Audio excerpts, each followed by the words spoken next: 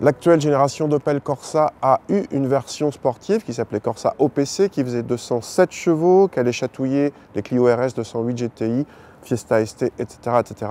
Cette version n'existe plus et aujourd'hui, la plus puissante des Corsa est celle-ci, une Corsa GSI.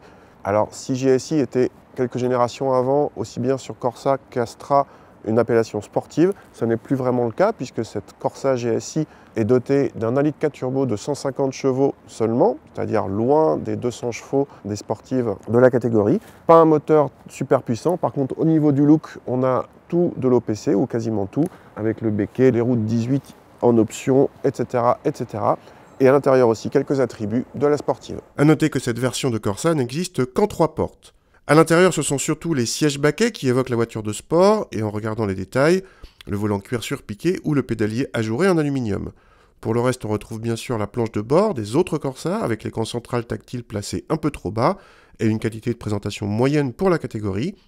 À l'arrière, il faut se contorsionner pour accéder à la banquette, et une fois installés, les passagers devront se contenter d'une habitabilité moyenne pour la catégorie, tant pour la garde au toit que pour l'espace aux jambes. Les vitres arrière assez petites sont fixes, claustrophobes, s'abstenir. Le coffre dépasse de peu les 300 décimètres cubes selon nos mesures, dans la moyenne, là encore, sans plus. Alors cette Corsa GSI, elle a un peu le cul entre deux chaises. Avec son appellation historique, son châssis vraiment typé sport, son look aussi assez typé sport. Et en face, il y a un moteur de 150 chevaux seulement, quand toute la concurrence fait 200 chevaux. Alors justement, c'est pas en fait la concurrence. Ici, on n'est pas dans les sportives, on est dans les citadines polyvalentes. On témoigne des performances avec un petit peu plus de 9 secondes pour 0 à 100, un petit peu plus de 30 secondes pour le millimètre départ arrêté. Bref, c'est vraiment une citadine qui a du coffre, mais pas une sportive. Et par contre, en face, au niveau châssis, c'est vraiment le châssis comme la Corsa OPC, donc la vraie sportive, qui n'est plus au catalogue. Et du coup, il y a un décalage entre la motorisation et le châssis. Ce châssis, il est vraiment très ferme.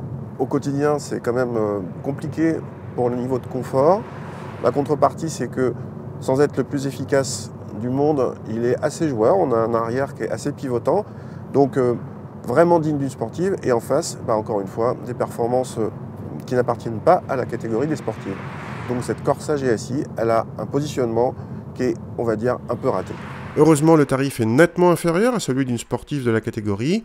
En effet, cette Corsa GSI s'affiche à 20 700 €, auquel il faut quand même ajouter 800 € de malus écologique, car cette citadine consomme beaucoup pour son niveau de prestation. Pour un peu plus de 21 000 €, vous avez une citadine au look marqué, correctement équipée et qui n'a pas peur des grands espaces. Mais l'invitation au voyage s'arrête au niveau de confort. Une Fiesta EcoBoost 140, à peine moins performante et beaucoup plus polyvalente pour moins cher à l'achat comme à l'usage.